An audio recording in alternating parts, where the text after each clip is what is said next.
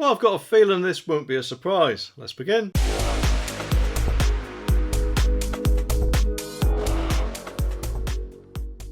The article says that the majority of Brits believe that Rishi Sunak is doing a bad job in delivering on his promises. The Prime Minister set out 5 priorities at the start of the year, including halving inflation, growing the economy, cutting NHS waiting lists, not forgetting reducing national debt, and of course stopping small boat crossings. Almost half a year later, a poll by Ipsos UK found that more than 50% of people think that the government is failing on almost all of these priorities. This compares to 37% in 2022, according to a similar poll conducted last April. In a further blow to Downing Street, voters also expressed that Labour leader Sir Keir Starmer would do a bad job. Are they nuts? Mind you, I suppose they can't really do much worse at the moment. But anyway, Ipsos Director of Politics Kieran Pedley said there is not a lot of good news in the numbers for the PM. Of his 5 pledges, the public tend to think that the government are doing worst in the areas that are most important to them, he added. And according to the poll, the public's top priority was easing the cost of living, with 59% listing it as important, followed by ensuring people can get NHS treatment more quickly at 54%,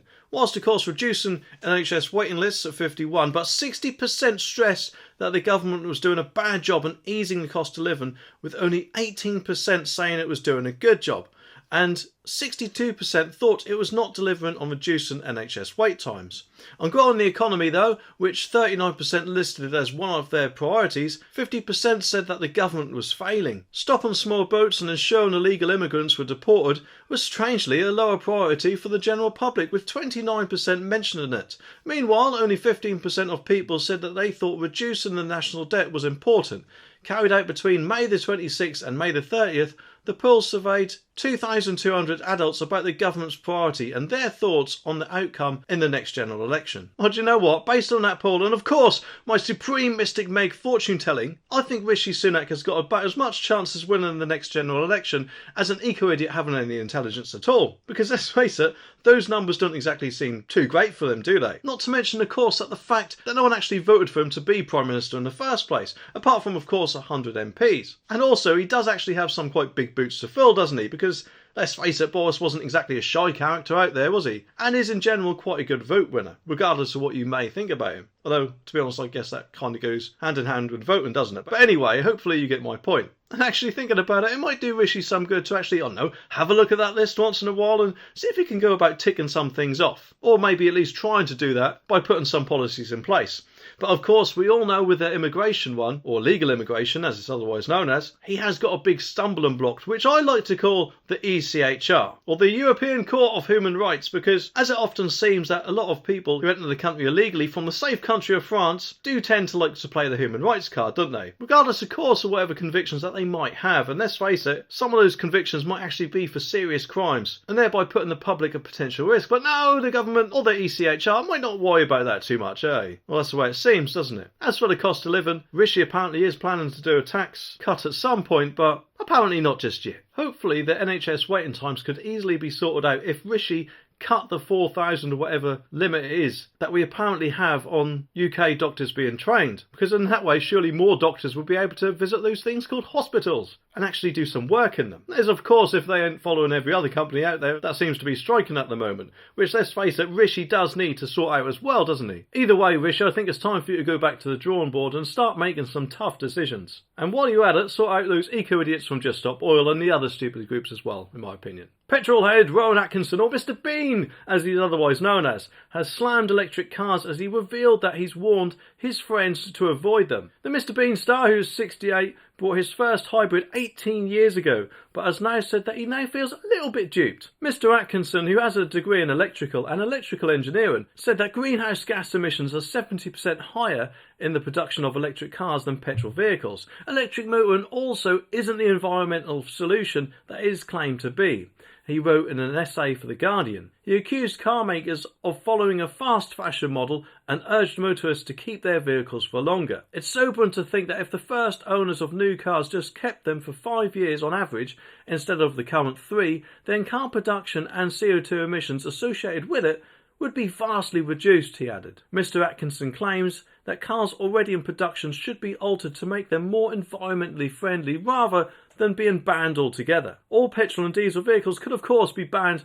by 2030 according to the current government plans. And Mr Atkinson also claims when his friends ask if they should make a switch to electric, he asks them to hold off for now. The only exception, he adds, is if the car is an old diesel and they're doing a lot of city centre driving. Well, to be honest, that's quite a good point he's making there. If people did hold on to their cars for longer, not only of course would that save them the cost of a new monthly or big upfront payment of a brand new car or used car or whatever, then it presumably would save those precious CO2 levels that those eco-idiot oil groups tend to go on about. It does make me wonder though that if they increase the years that a car has to wait to have its first MOT from 3 to 5, then that might make people hold on to them for a little bit longer. Another thing that you also got to consider about EVs is that they're heavier, aren't they? And therefore, presumably, if more and more cars on the road become heavier as time goes on, will that slowly lead to a more increase in potholes every now and then?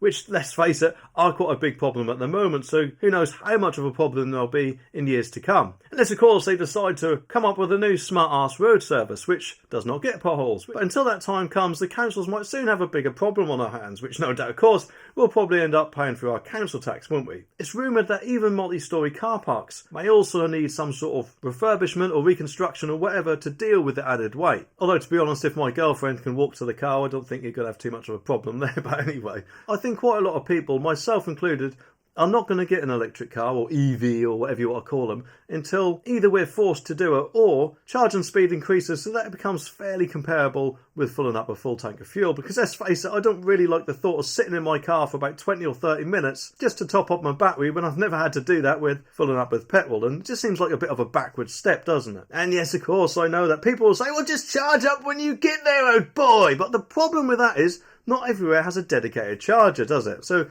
we need more of them dotted about, which obviously work, and not broken like some I've seen mentioned on the internet. And just remember, not everyone has a driveway that they can just park their car on for it to be ready for us in the morning with a lovely full battery for us to use up. It does make me wonder though, with what he was saying about the 70% increase in the harmful gases or whatever else it takes to make these compared to petrol cars, if Just Stop Oil will start to turn into Just Stop EVs and go back to oil maybe. I mean, admittedly, yes, I don't think they'll say go back to oil, but I do think they will have a massive problem with those harmful gases. So no matter what we do, of course, they just never seem to be satisfied, do they? Green levies will raise food prices by £4 billion after they arrive next year, warn retailers. The British Retail Consortium says the scheme to charge shops and manufacturers to meet council costs of recycling packaging will send the price of household goods spiralling from April. The levy was advised by Michael Gove, well there's a surprise, eh? While Environment Secretary, and was billed as helping to cut waste and meet net zero. Ready? All together now? 1, 2, 3... Hooray! Alongside it will be the new returnable deposits on drink bottles and cans. Together the schemes could boost shopping bills by up to £140 per year on each household, based on the BRC's estimate of an overall £4 billion cost. Officials say the funds raised will improve council recycling and will encourage less packaging. But they have acknowledged that the entire cost would simply be passed on to consumers. Their packaging scheme, called the Extended Producer Responsibility, in February last year was estimated to increase household bills by up to £48 annually, but that was before soaring inflation. The separate deposit and return scheme will add up to 4p to the cost of bottled drinks, another report stated. It seeks to give incentives to recycle containers. Former Tory Minister Lord Frost said it makes no sense. He added, in the cost of living crisis, what people absolutely do not need is food prices to go up, because we are all putting more unnecessary costs onto business with a spurious justification of net zero. Well, I personally think he's got a very good point. I mean, do these people not realise what cost of living crisis means? I mean, surely they could look in the dictionary to find it out. But let's face it, that would require some of them to read, so no doubt some Labour people out there, and possibly some SNP too, might have a bit of problem with that. But anyway, how many of us are getting fed up to the back teeth with net zero? I mean, I am for a start.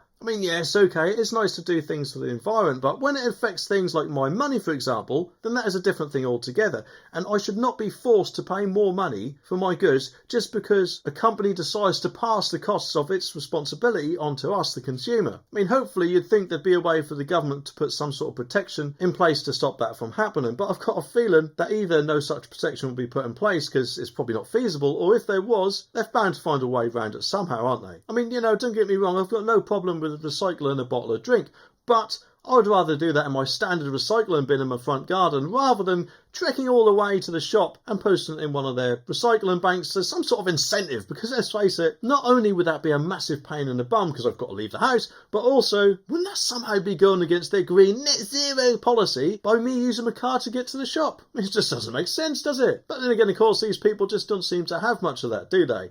And admittedly, even though the cost of living crisis might actually be a problem for these guys, because as far as I'm aware, they're on £80,000 a year, it is a problem for the vast majority of the country. And I think if they want any chance at all of winning at the next general election, they might want to rethink some of these policies, including anything about listening to Michael Gove in the first place, because I don't know about you, but to me it just comes across as a bit of a bellend. But anyway, at the end of the day though, you would like to think that these guys might realise that they are not the Green Party or Labour, so perhaps it might do them some good to listen to the voters and not groups such as Just Stop Oil and whatever other thing they want to do. Otherwise, let's face it, they're bound to be replaced by someone like Keir Starmer, aren't they? And who knows what sort of crazy policies that guy is going to bring in. But of course, it's not the only stupid thing that the government presumably wants to do, is it? For instance, have a look at this video with the way that cars will soon be taxed, starting with EVs.